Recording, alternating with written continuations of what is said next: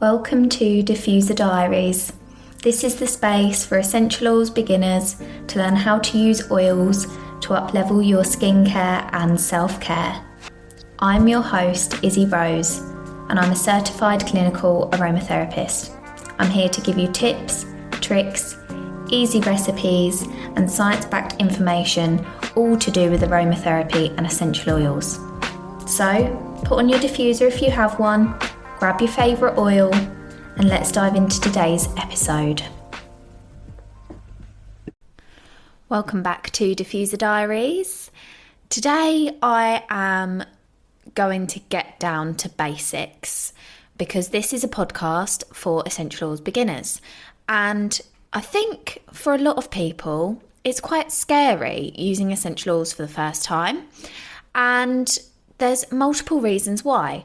We're sold a lot of misinformation about essential oils and why people have reactions to them, and there's a lot of madness happening, especially on TikTok. I see a lot of things and I'm like, please, why are you sharing this? Like, I know some people have reactions to things, but there's reasons why.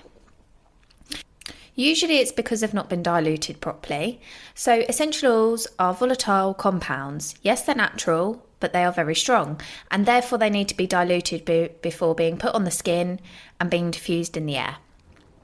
So my two dilution ratios for you is a 1% ratio and a 3% ratio. Your 1% ratio is what you're going to use when you're blending for face and any sensitive scalp issues, children and pregnancy, but I would advise getting individual advice for those issues. And then your 3%, which is for body and for anyone that's got normal skin and can kind of just use it at home. So the 1% is 1 drop for every 5 ml or 5 grams of carrier, whether that be water or oil. And then for the 3%, it's 3 drops for every 5 ml. So it's slightly stronger, but I would just start with 1%. Maybe if you're just starting out, just start with the 1%. So please refer to these dilutions. And before that, I would also say to patch test. If you've made something and you're like, I'm really happy with this, don't just go putting it straight on your scalp. Maybe just do a little patch test. Let's say you've put some rosemary oil with some olive oil for your hair. I would do, if you're saying 10 ml of olive oil, I would then do 2 drops of rosemary, which is not a lot really. So just start small and build up. It's more about the benefits of the oil rather than their smell necessarily, because we're used to all these artificial fragrances and they're really potent and you smell things and you're like, wow, that's strong. And then if you smell something with essential oils in, it's not going to have the same impact because they've not been artificially extracted and put into a product. They are as in their natural form, and sometimes they don't smell as you think they'd smell. So just experiment with what you like and how it feels. As essential oils are becoming more popular, there is more misinformation going around. I saw a lady on TikTok, she was saying that she had poisoned herself using essential oils, and it was just a madness basically. And I was like, what are you doing? She showed the packaging that was containing the essential oils, and it wasn't even in English. So top tips: get sustainably sourced oils which you know where they come from and you can read the damn packaging. 2 is pick oils which you know are not going to obviously cause you a reaction. Dilute, as I've said. If you're going to diffuse in the air, I would only recommend doing that for 30 to 60 minutes. Like if you're going to put your diffuser on with lavender before bed, 30 minutes is enough, or up to 60 minutes if you want it like as you go to sleep. But 60 minutes is more than enough. I would also say as well, so there's a lot of oils, for example, the citrus oils, so your top notes, which I've mentioned before, which are citrus oils like grapefruit or lemon or lime, and they contain compounds which can make you photosensitive. So if you're going to use, let's say, like lemon oil in a massage blend, and then you go outside in the sun, you may have a slight reaction from the sun. It may cause you to burn.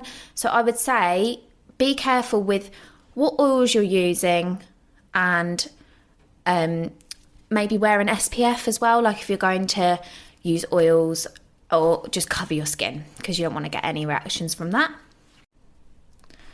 I would also consider consulting a clinical aromatherapist, cough cough, if you do need any personalised advice, whether you're pregnant, whether you've got children that you want to use essential oils on, because it is possible. It's just different dilutions and different oils.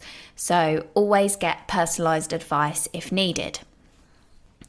And not all oils are created equal. Yes, you may have a great experience with one oil and it works fine, and then you try another oil, even if it's from the same plant family, they've got similar compounds, and then you can have a different experience with that.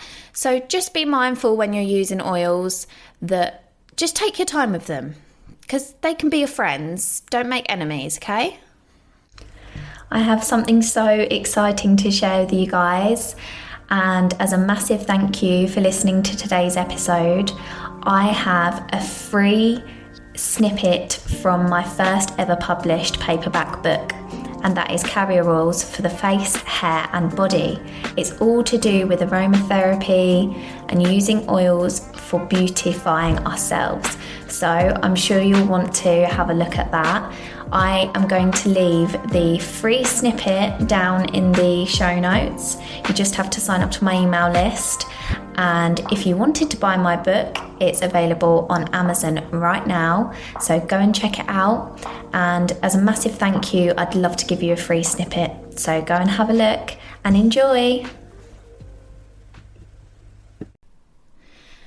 Now, I'm also going to say something that literally blew my mind the other day. I went on a product making diploma, and it was about making shampoos, conditioners and things, and adding your own essential oils.